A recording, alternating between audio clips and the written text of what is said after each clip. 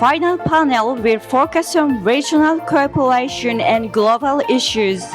The moderator is Professor Nobumasa Akiyama, CGO Fellow and Director of the CITES at JIIA and Professor at Hitotsubashi University.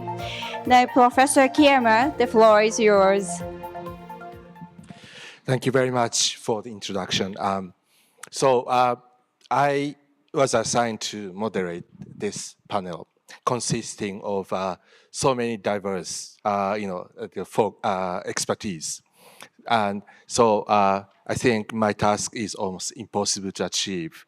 But I try my best, and also I do my best to finish this panel on time, so that we are able to enjoy enjoy the reception. And so the topic of this the session is regional cooperation and global issues, with the panelists who are the experts on the history and then strategic issues, and also leading regional leading diplomat in this region, and also leading scholar in Japan on the Southeast Asia, and then also the expert on climate change who just attended, I suppose, the global conference, COP30, and then also the one who lead the cutting edge technology company, dealing with quantum technology and try to revolutionize the international financial system. So my take about what's going on in the world is having like three features. One, the power shift. Power shift means obviously, we are witnessing the really serious confrontation between China and the United States, but also the rise of emerging economies. And then we are seeing the sort of center of gravity shifting into the more like Southeast Asia as well. And also we are witnessing the more role of technologies. We don't have to mention the quantum technology, but also artificial intelligence, cyber, the biotechnology. So many technologies are affecting our daily life, but at the same time changing the way how we play the game of international politics as well. And finally, related to these two features, it seems we are seeing the sort of deterioration of so-called rule-based international order.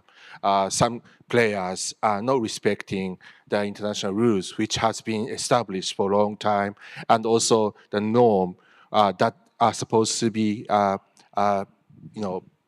followed by many are also fading away. So having seen this, so we have to address the question on where is our international order going, and then how the regional dynamics evolving in this area, in Asia or in the Pacific. Then, what are the sort of a role that Japan could play in such a rather fluid and turmoil era, and also the world. So with this, I would like to invite speakers to share your views or the state of arts, what's going on in the world from your own perspective. So Professor Kitaoka, I think everybody knows you, so I don't have to introduce you to them, but how would you view the what's going on in great power politics or the power shift? So is there any kind of historic precedents, or is this a unique phenomena of this time?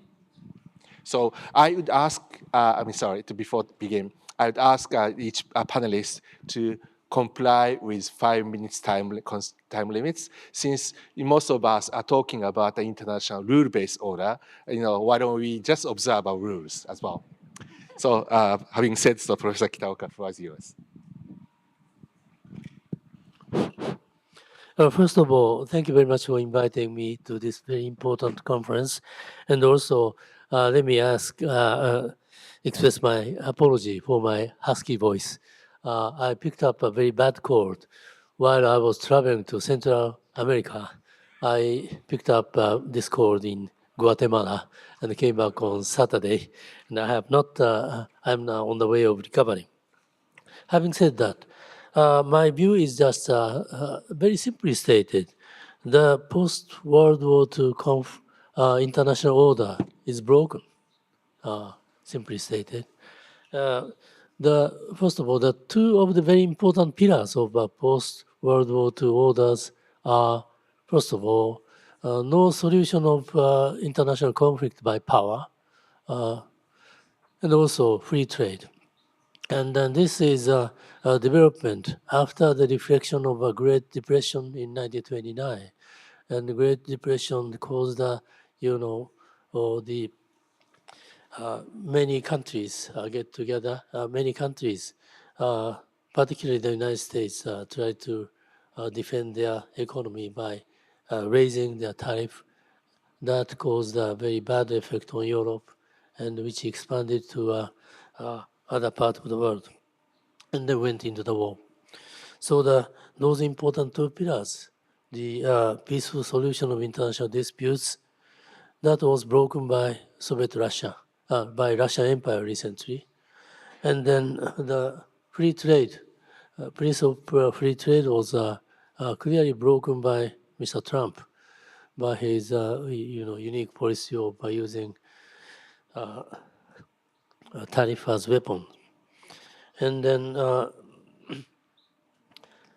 now we are going to go to a world where a couple of empires and other nations coexist in various ways. And then let me also remember the precedent we can find in our history. I sometimes feel that the recent diplomacy of the United States has some resemblance with the American diplomacy in the 19th century. You know, in the 19th century, up until 1830s, Texas was not part of the United States. Texas was part of Mexico. And also up to 1848, California was a part of Mexico. So today's most prosperous area, states, Texas and California, is a part of formerly Mexico, where the best and best civilization is blooming. They were not part of them. And then, speaking of 1948, it was 5 years before the United States sent Matthew Perry to Japan, and then Fukuzawa Yukichi went to San Francisco in 1860. It was only 12 years before. Since then, United States expanded to the west, and then came to grasp Philippines. And in the 19th century, in the 20th century, United States just wanted to build Panama Canal, and then supported the rebellious group in Panama, and then supported their independence from Colombia, and then built the Panama Canal. Recently, the United States is saying, Mr. Trump is saying that Canada should become another state of the United States, and also they are willing to get Panama Canal back.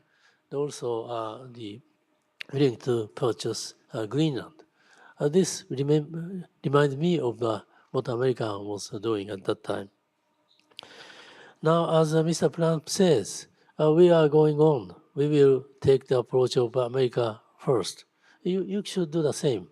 But there are countries which can do the same way, and most of the countries cannot do that. Big countries like US, China, Russia, and India probably, with a huge population and big military power and huge resources, big territory, which means the depth, can do that, but other countries cannot do that. In order to have a voice into international society, you have to have a big population and big military power, or you have to make a group and then to raise your voice as a group. And then from that on, I think that Japan should make a kind of this is a proposal I have been saying since several years ago. Japan should lead to consolidate, should establish a so-called what I call a Western Pacific Union, starting from ROK, Japan, and then Southeast Asian countries, Australia, New Zealand, and Pacific Islands, to have some say to the world. Let me also add that, there were era where empires coexisted. But the relationship between Tang Empire and then Roman Empire was very different from today's empires because of the technological development. Tang and Rome could live without any intervention. But recently, because of transportation technology and also because of military technology, they have to compete each other. And in that sense, the other countries have some say to them. And also, there's something what we like to call public opinion in the world. And then public opinion is not powerless at all. They have some power. That's why Russia has still hesitating to use more military powers, more direct military powers to Ukraine. Therefore, the relationship among those countries are not very clear in the future, but that's a general observation of mine of the world. Thank you. Thank you very much. That's a very profound observation based upon your expertise on the history and also maybe interesting comparison between the ancient empire in this old era and contemporary sort of empire-like states, which are more rely on the technology. But at the same time, you mentioned the dilemma of the technology for such as states. So now I would like to invite the leading diplomat of this region from Singapore, Ambassador Bilahari Kausikan. So if you could share your observation how the dynamism in the ASEAN evolving with sort of ASEAN, the concept of ASEAN centrality, which is mentioned in the earlier session. At the same time, any sort of a guardrail for the cooperation in the midst of U.S.-China rivalry. Thank you. In the interest of time, I shall be very direct and very brief, I hope. First of all, I start from the premise that competition among states and therefore at least the possibility of conflict, these are inherent characteristics of international relations. They are never absent. Sometimes there's high intensity competition, sometimes lower intensity competition. It follows that when we talk about international order, I think it is a fundamental mistake to think of any order as necessarily the result of consensus. More often than not, order is defined by the competition and efforts to make that competition as safe as possible. Right? That was certainly the case for 40 years after the end of the Second World War. Right? The so-called liberal international order advocated by US and its allies was never unchallenged, not just by the Soviet Union, but including by large numbers of the global South. And even those of us that agreed with the concept of a rules-based order were in continual debate and sometimes open quarrels about the priority to be given to different rules and the interpretation of those rules. So my first point is, let's not idolize the past. Right? The past was not all great. Right? It was better maybe than the present, but it was a conflicted past. Now this is a reality that is probably, and this is my second point, very evident, much more evident to countries in Southeast Asia than other parts of this region. Because Southeast Asia has always lived in the midst of great power competition. And in fact, Southeast Asia has been very largely defined by responses to great power competition. So US-China competition, this is just the latest iteration or something that we have lived with and tried to cope with for centuries. And we have coped with pretty well because here we are. Not merely surviving, but actually prospering. The US, I think, has certainly changed. We should not find this surprising because the world has changed. So why should the US remain the same? Right? Now, the US was not free trade. Let's give you one example. Free trade has always been extremely contentious in the US body politic. But if the US was relatively generous in opening its markets and so on, it was not out of innate altruism, but as a weapon in its competition with the Soviet Union. No Soviet Union, the US has quite naturally put America first. Every country puts itself first. Now, this does not mean US is in retreat from the world. I agree with Ambassador Kitaoka. In fact, it is, some of the recent actions are far from retreats, right? It is actually a unilateral redefinition of how the US engages the world. A narrower interpretation of US national interests and a much more transactional interpretation of US national interests. But at the same time, let's not forget, there is only one US. And we'll have to find a way to deal with it, because without the US, in our region at least, there is no balance. And balance is the foundation of everything we have been able to achieve. As I said, ASEAN, I think, ASEAN countries has been much more aware of this than other regions. ASEAN, when people talk about ASEAN, when our partners talk about ASEAN, when we talk about ASEAN in such forums, you naturally think of ASEAN's external relationships. But that is not the fundamental purpose of ASEAN. That is actually a secondary purpose of ASEAN, or indirect purpose. The fundamental purpose of ASEAN is to try to stabilize the region by stabilizing relationships among its members. Let's not forget that. How we have dealt with the rest of the world has always been primarily national first, with ASEAN as a secondary instrument. The ASEAN forums, like the EAS, the ADMM+, and so more. Now, what I see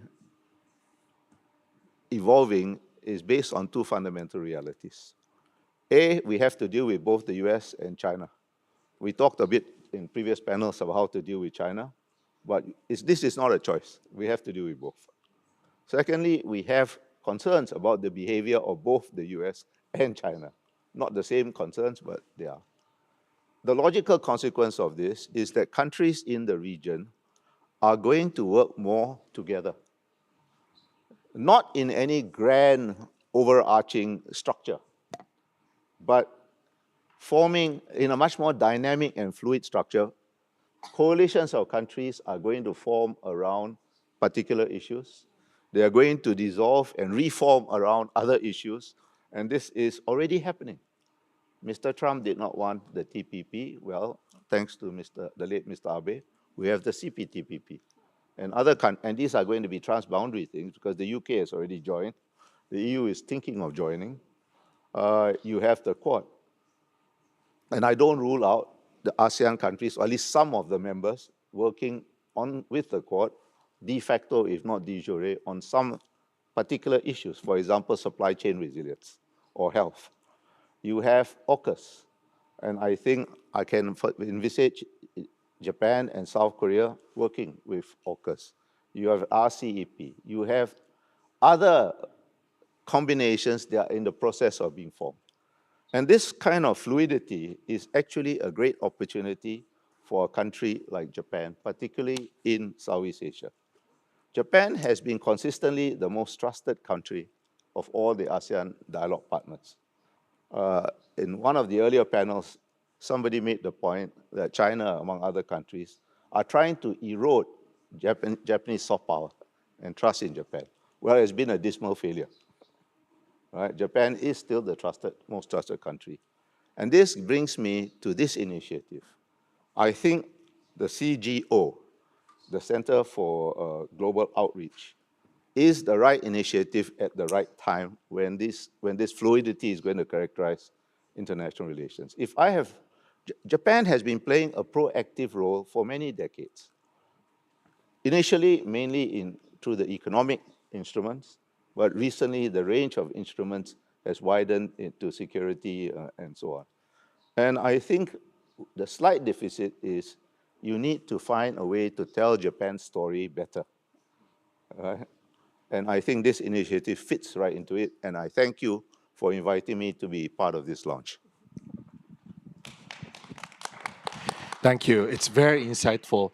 It seems to me that maybe we have lots to learn from the flexible and elastic diplomacy of ASEAN countries. Once my students from some countries in ASEAN sarcastically describe their diplomacy as kind of bamboo diplomacy, but that's probably the strengths of the other ASEAN countries. But at the same time, I would like to maybe hear more in the next round about how to deal with two giants. One used to lead with a vision but losing vision. The one who is failing to provide its own vision and support. Then how the countries in the middle should deal with the kind of the world where we are kind of wandering around to seek the vision. So maybe next round. But now I would like to invite Oba-san, who has been working on the various regional architectures. Yeah. And now we have a kind of a multi-layered architecture, which is so complicated that people don't understand much. So I would like to have your take on what's going on in this region. Yeah, thank you very much. So yeah, and then so we mean the regional powers, including the Japan and India, and of course the Southeast Asian countries, are facing the dual risks. The first one is the escalation of the U.S.-China strategic competition. So due to the rise of China. The second one is the uncertainty from the United States. So especially the Trump administration, second. And then but it's very paradoxical that, so during 2010, so many regional architecture has been developing, including CPTPP and RCEP and the Quad and the other trilateral strategic cooperation, for example, between the US, Japan, and Australia, and Japan, and US, and the Philippines, and then so the AOK or some on. So there are many regional architectures and institutions so in the Pacific. So we have to categorize them into three groups. The first one is ASEAN-led forums. So of course, this is very important, and the ASEAN-led forum has rather rapidly developed in the 1990s and the 2000s, but it remained and to function. And then so how to function is that this function to provide the very important arena for regional power to communicate with each other. Even though some powers struggled in the arena, sometimes conference, the EAS is a very typical case. So in EAS, both United States and China are involved in, and Russia and also the members. They are sometimes, insist their own opinion and view, so in the conference, and then so it's not moderate atmosphere sometimes, but it functions from my point of view. The second category, second group is CPTPP and RCEP. So there are the mega FTA. So now it's very important for sustaining and foster and rule-based the free and open regional economic order in the Pacific. At first, for example, the TPP so was led by the US, so to compete with China. So some of the United States government thought about that it is a very important tool to deter the rise of the expanding the Chinese economies. So the United States withdrew from the TPP. Maybe the importance of the TPP changed, transformed from such anti or the to deal with the rise of China, so to sustain the free and open international and economic order. The third category is Quad and the other trilateral or sometimes quadrilateral strategic cooperation. So, which is the part of the US-led, so the hub and spoke system. So these mini-lateralism is to sustain or deepen the cooperation. So under the hub and spoke or the hub and spoke plus. So it is very important for the not only Japan, but also the whole of the Indo-Pacific. So because it tried these mini-lateralisms is to keep the U.S. in the Indo-Pacific. And so the development of such mini-lateralism is to demonstrate the mechanism which to deter the advantageous activity in the Indo-Pacific by some regional power, so maybe the China. And then why such a various regional institution has been developing now. So because regional power without the great power like the United States and China, when China have to risk hedge, have to take hedge risks. So due to the uncertainty circumstances, and then such institutions and frameworks are the tool to risk hedge for the such countries. And then it's the typical case is Japan. Japan are involved in all of the three groups of the regional frameworks, and then very important for such regional architecture and the frameworks are very important for Japan's foreign policy. So in such a current situation, but I want to add one point.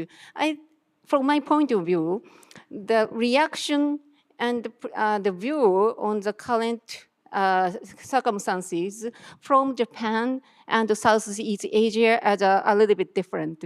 So because from my point of view, the Southeast Asian countries had already prepare for or see the uncertainty.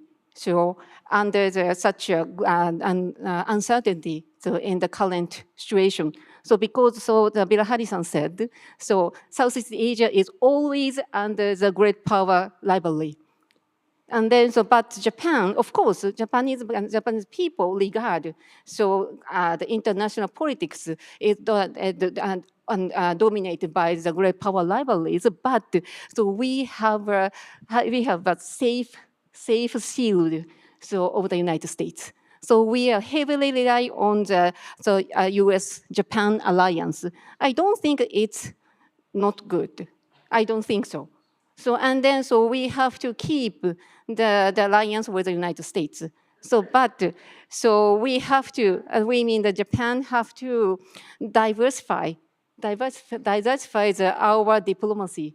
So in the future, not only with the United States, but also the other country, including South Asia. So of course, to lessen the risk with China. Of course, now is the China-Japan relationship is not so good. So we really think about how to keep a relatively stable relationship with China. So and for this purpose, we not on Japan and China and involved in the RCEP and an ASEAN-led regional architecture is a very good thing.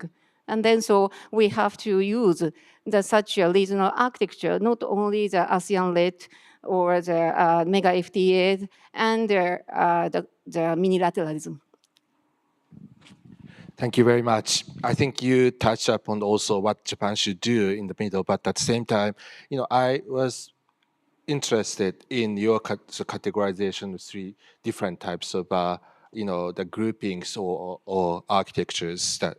So one is ASEAN-led institutions, and so in which it seems to me that the big issue is who is going to participate. Is it the US, China, but at the same time, that suggests the convening power of the ASEAN, and that is essential in the midst of the great rivalries. And also CPTPP and RCEP, those are providing the sort of foundation to uphold the rules and maybe norms when the multilateral institutions are losing its influence. And the third is Quad and AUKUS that could also supplement the alliance mechanism as well.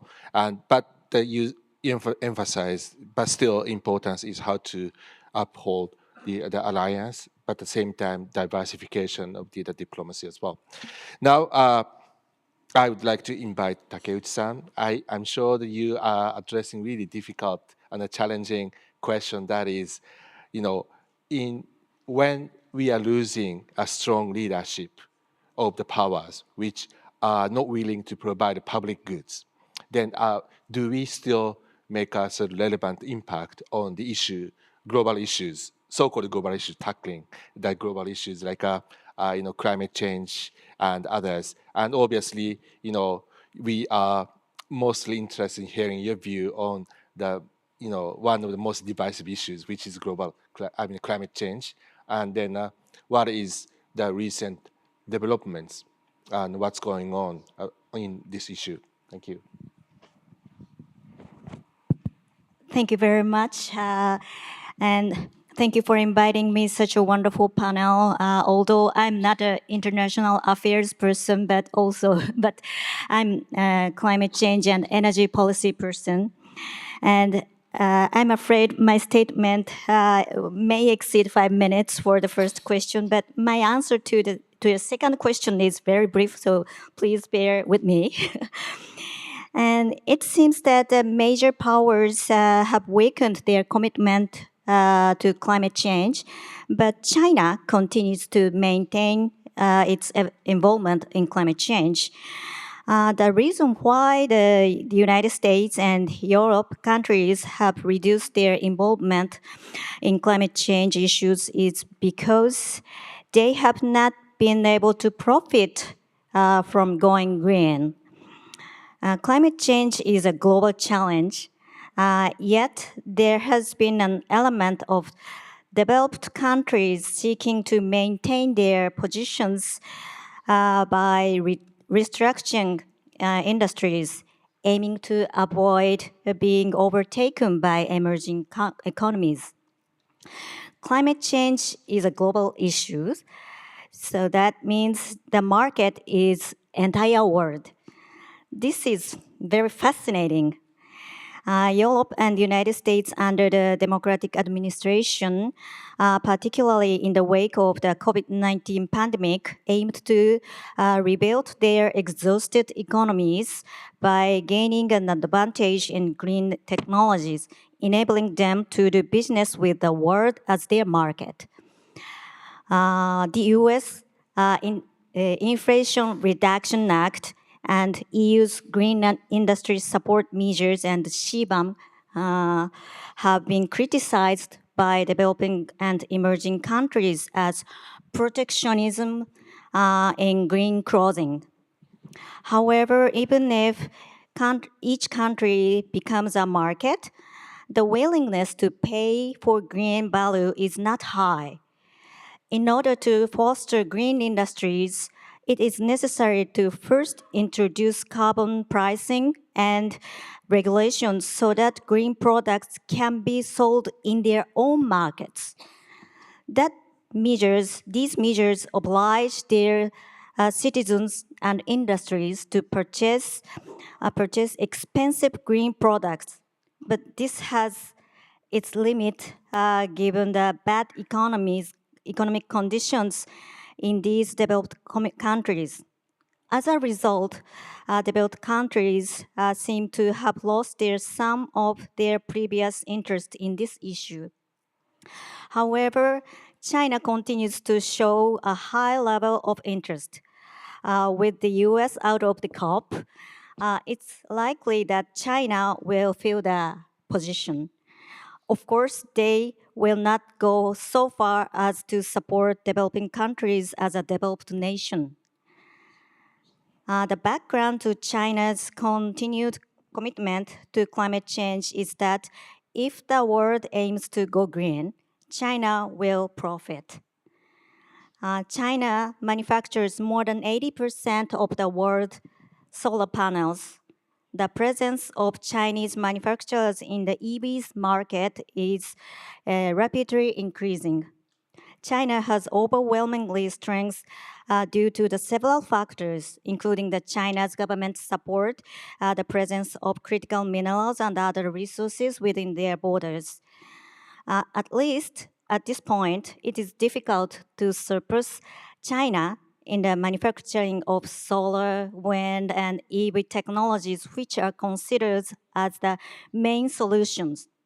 However, I must also emphasize that climate change countermeasures are by no means solely about environmental initiatives. This is most evident in countries like Japan, which import nearly all their fossil fuels. Reducing reliance on imported fossil fuels carries significant value for security. Therefore, I expect climate change countermeasures which have thus far advanced primarily for environmental value will gradually incorporate security significance moving forward. So how should we approach this? First, technology is the solution to the energy problem. Until technologies like nuclear fusion or space-based solar power become technically viable, providing stable and affordable and abundant decarbonized power sources, we have no choice but to make do with existing energies and other resources. For us, this means continuing to drive technological development.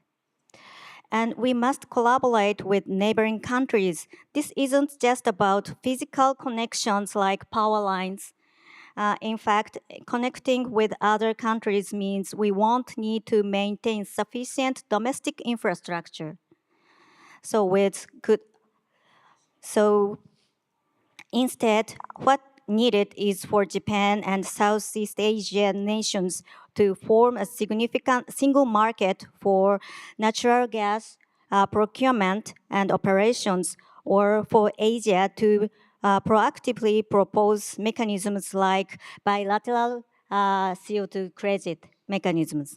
Thank you. Thank you very much. I think you eloquently elaborated the sort of contemporary, most important issues in contemporary world. That is how to integrate the, the energy security or security at large and environmental issues. And without consideration of such an integration, maybe an environmental issue won't be properly addressed. So that kind of reminds me of a couple of different, difficult questions. One, so you mentioned that China is more proactive in this field, and then how would we see what's going on in the future if China acts like this for the time being, and also what would be the sort of possible strategy for Japan and Southeast Asian countries to deal with such an integration between security and environment and energy.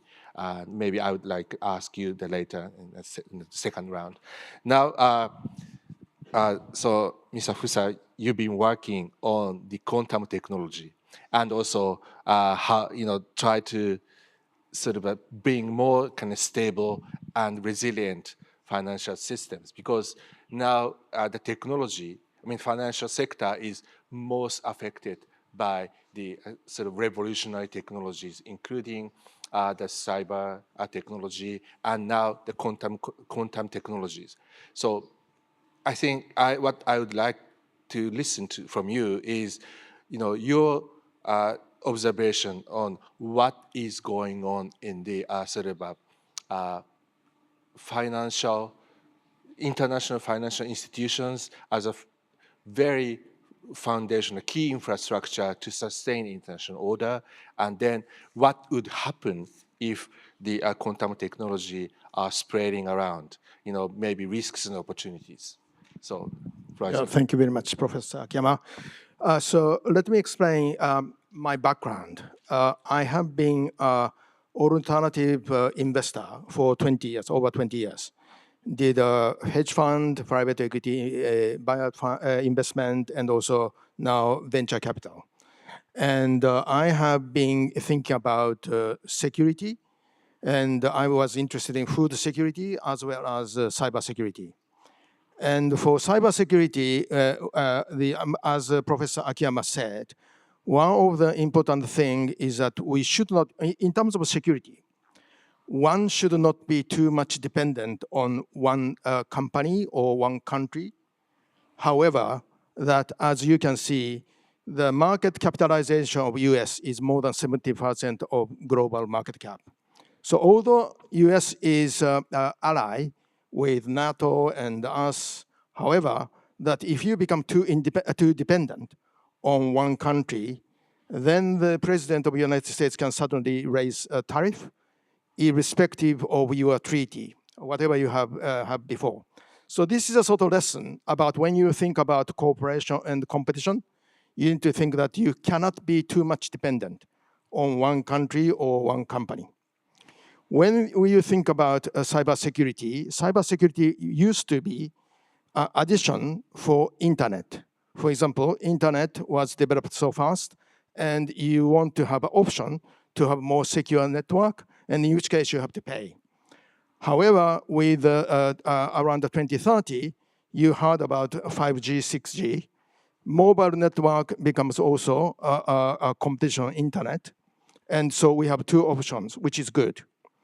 But both mobile network and then internet and also cable, these are naked. They are not protected. Their security is very weak. So when you think about cybersecurity, you need to think about 3 dimensions. Can you put the first slide? Yeah. So today, I want you to remember CIA. This is a cybersecurity. C is confidentiality. I is integrity, which is a true number or true data. And the third is availability. This is a different dimension. So this is a 3-dimensional. You need to think cybersecurity, not only one dimension, but you have to think about these 3 dimensions. And if you think about it, the privacy is one of the confidentiality issue. And the EU and Japan has a tie-up of how to deal with this quantum computer, because around 2030, 3 things are likely to happen at the same time. One is IoT, Internet of Things, which is a connectivity. Any kind of mobile or electric device is connected 24 hours, 365 days, which is very become convenient. The second thing is AI. Now, you know that with AI, even current AI can create the hacking program for, let's say, Visa, MasterCard, PayPal. The things which hackers cannot do is the algorithm things called a public key infrastructure. This public key infrastructure has been in existence for more than 50 years. So people are accustomed to do it. Can you put the second slide, please? And as Professor Akiyama said, sorry. We are currently focusing on the settlement payments. This market, domestic payments and international payment, the percentage for their size of market is about 3.2% of GDP, which is much more than defense size. And we need to think about cybersecurity, not only CIA, but also end-to-end security. If you have been weak in one of the 3 things, then you have been about trouble. The 3 process is, one is biometric security. So you need to see if I use my phone as my device, you need to make sure that I am using it. If my daughter is using it, and it has to, should be using it. This technology has been completely dominated by Apple and Google. This is because smartphone operating system has been dominated by Apple and Android. The second thing and the third thing is where we are excel, Americans. And the second thing is from the device to server. Device to server is what I mentioned about PKI, public key infrastructure. This becomes vulnerable around 2030, which has been initially pointed out by National Security Agency of the US, 2015, 10 years ago. Because of the program, we can program, but because of PKI, it takes time for people to crack the code of what is a sort of public key. Public key and private key, the relationship is you have all different private key, but if you multiply some algorithm, then this is public key. And the public key is public. So anybody like banks can get a public key, and we encrypt with a public key of yours, and you decrypt your private key. This has been working for 15 years, but as the quantum computer developed around 2030, this doesn't work anymore. So this is something that we have patented in the US, Japan, Singapore, UAE. This is called private key infrastructure. So coming back to the previous page, that remember the confidentiality. In our case, that we don't show the key to the public, therefore that even though you have a very fast quantum computer, you should not be able to find your identity or your private key, and for very things. So I'll stop here because otherwise people are going to get bored. Right, thank you very much. I would like to hear more about the sort of next stage of your talk. But so obviously, what the message I took is the existing public key infrastructure is no longer safe, and in 2030 there will be a major shift by the introduction of maybe possibly quantum technology, but the solution is also in this technology, and then your company is now trying to take advantage in the market. Yes, exactly. So I forgot to ask you, that what GVE stands for. So GVE stands for Global Value Exchange. And my partner, Susumu Kusakabe, is a person who created the near-field communication, which is inside of all the smartphone. And these sort of cars, if you see your cars, and this mark of some 3 lines, this is shows that this is what called near-field communication inside. He has proposed to the president of Sony, because he was working for the Sony at the time, year 2000, that in the future, just selling chips is not going to make money. It has to be operator. And what he created, his idea, is global value exchange. For anything which has value, the private data has value, and your medical record has value. All these things has value. If we want to have a sell or exchange, that you need a platform. And this is what he has been thinking about from 2000. So GVE stands for Global Value Exchange. Thank you very much. So it seems we have only 12 minutes left. And then my apology for mismanagement. At the same time, that shows how difficult it is to manage rule-based order without enforcement. So now I have to change the game plan. I would like to correct a couple of questions from floor. Then I ask each panelist to either respond or express your views. Particularly, we are seeking the solutions, what Japan should do or what our region should do. So, as a kind of concluding round of our discussion, I ask you to, respond to the sort of questions or express your views on these questions, what to do. So let me invite the questions from the floor.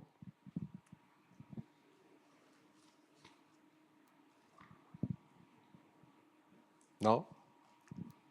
Seems like this panel is perfect. Oh, yes, I see, I think a lady there.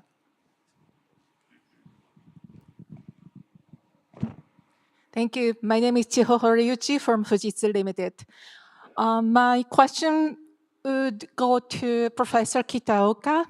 Not only the U.S. in recent years, so as a U.S. America first, but also in our country, in Japan, it seems increasingly that the general public is becoming, how to say, Japan first, Japanese first sentiment, meaning that, for example, the activities or new initiative of JICA are now more challenged by the general public. So some people say that the era of globalization, global cooperation, regional cooperation even, have been over. USA was shut down. And so I'm curious, how would you see to address this sentiment, this mood in Japan to promote the international regional cooperation and play a role in this, so tackling the global issues agenda like climate change? Thank you. Thank you. So this is the Japan first question. Okay, so any other questions, comments?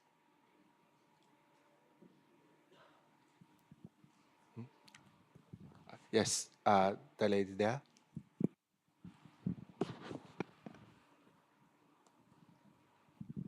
Thank you. My name is Ayu Rahman, and I am a Japan Foundation Southeast Asian Fellow from Indonesia.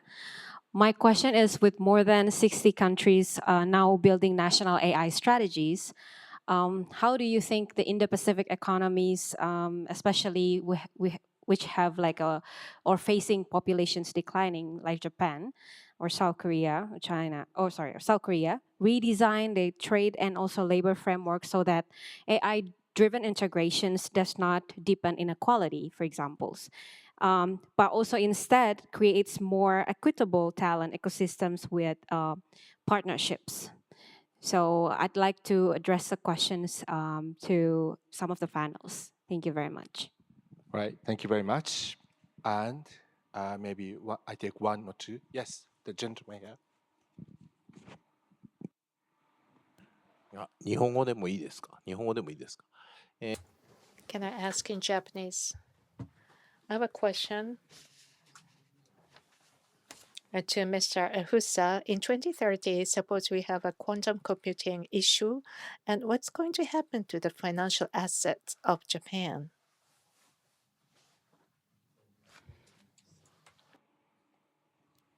Okay, so now I would like to give my microphone to the panelists.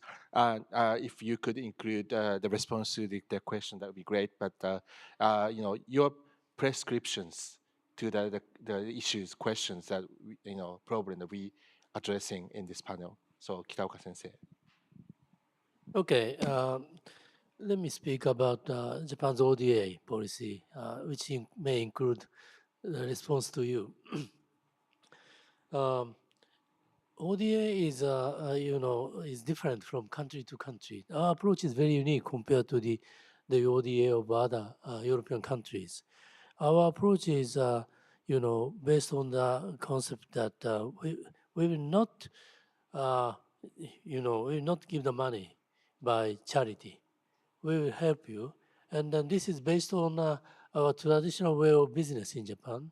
We will get some profit. You will get profit, and we will have a good reputation from the society. Therefore, our approach is not the maximization of our interest. In the long run, we will get a modest interest, and you will get profit, and then we'll be happy each other.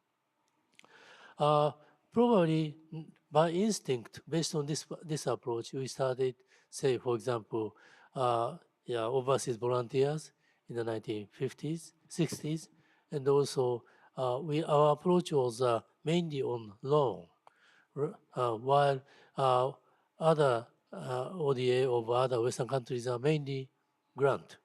Loan is which was criticized very much from by Western countries. But loan is not a bad way. Loan makes the recipient people and country more responsible because they have to work hard and pay it back. Okay, and also loan is a way to trust the ownership of the recipient country. So this can be expanded to other areas also. For example, JICA used to support the coal mine, coal power stations in the Vietnam, Indonesia, and other countries. Now we are supporting. We changed relatively quickly in 5-7 years to support the transition of the from the traditional power plant to the renewable energy plant. One more thing, one of the things which I believe very important is the human resources. You know, for example, in the current cabinet of Cambodia, there are two ministers who graduated from the International University of Japan, which is located in Niigata, where I was once a president. And also, we have started to accept African young people from 2015, and then allowing them to study in the master courses in graduate school, plus half-year internship in Japanese businesses. They are now becoming the bridge of Japan's economy and the African countries. In short, I'd like to say that our approach is rather than short-sighted, but to help them and on an equal footing. Therefore, this is just contrary to the Japan first only. You know, Japan is a country which cannot take the approach of Japan first.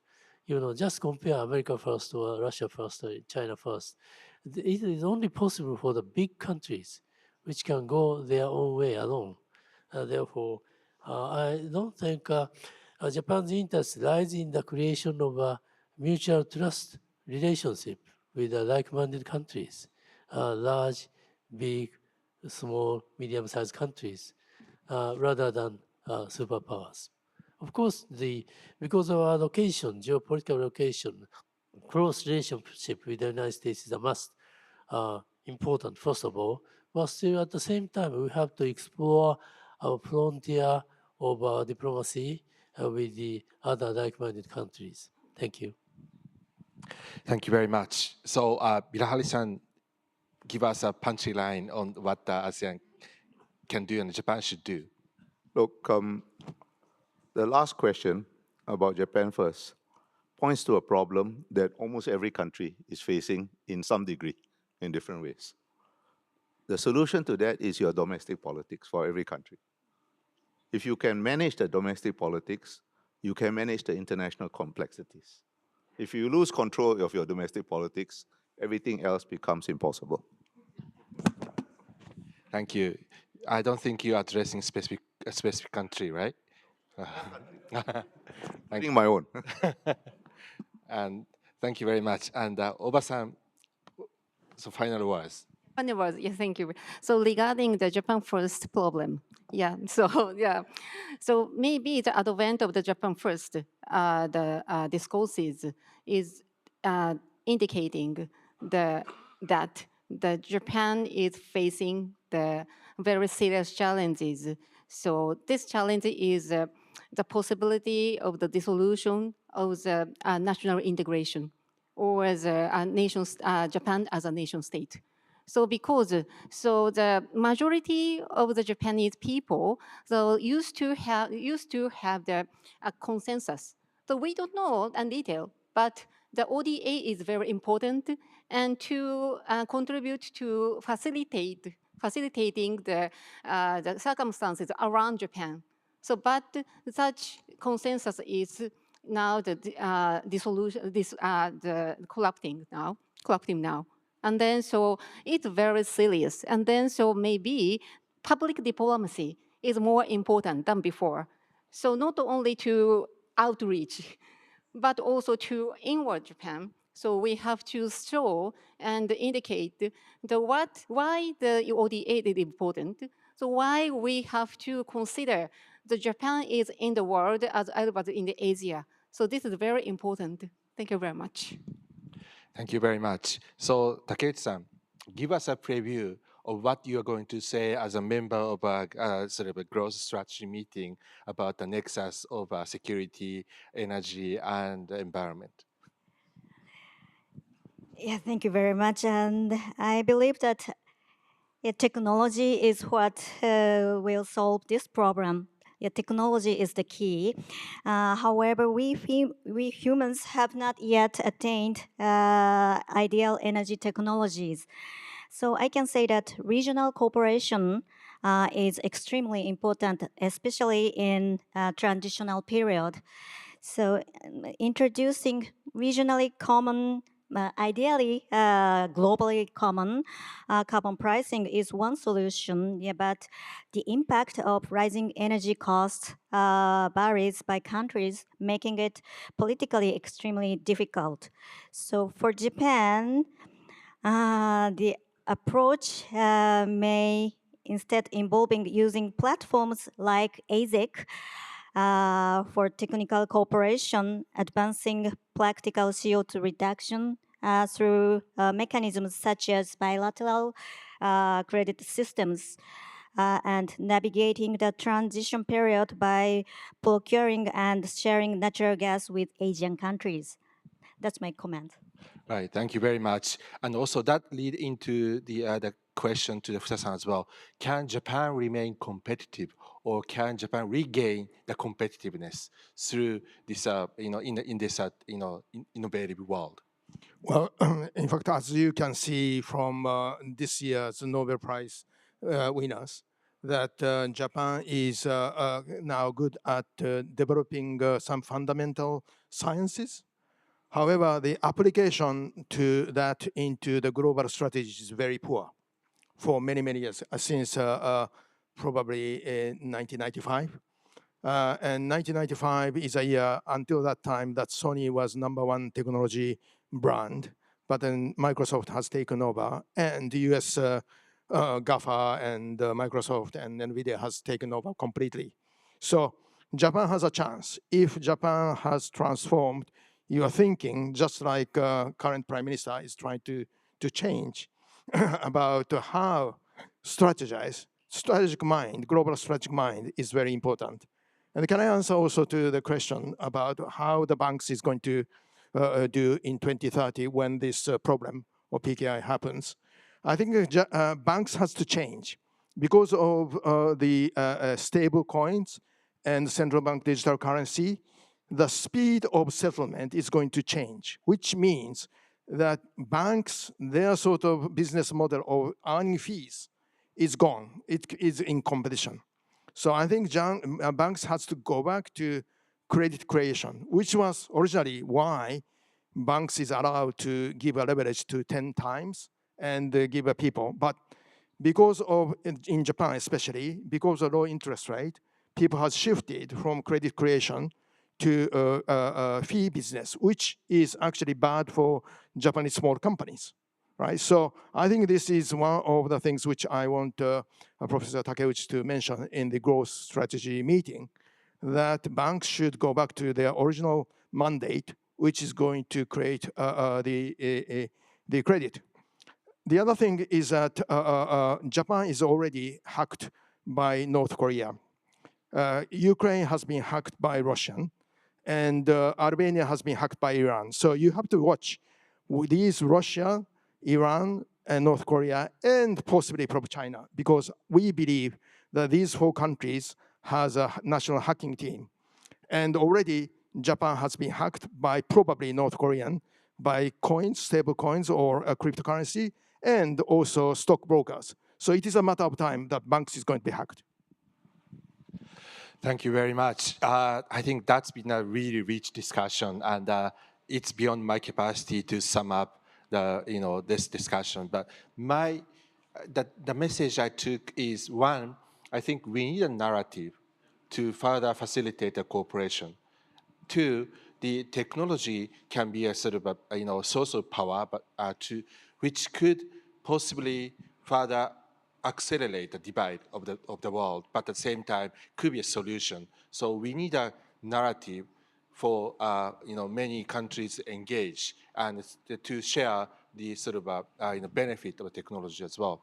And also, the remaining questions: where is this U.S.-China bipolarity going, or would it transform in multipolarity? And how, who is going to provide public goods? So technology is a part of public goods in the future, but at the same time, power remains also essential to be able to provide public goods. So how we are going to sort of, deal with the multipolarity in terms of providing public goods, which is the international order.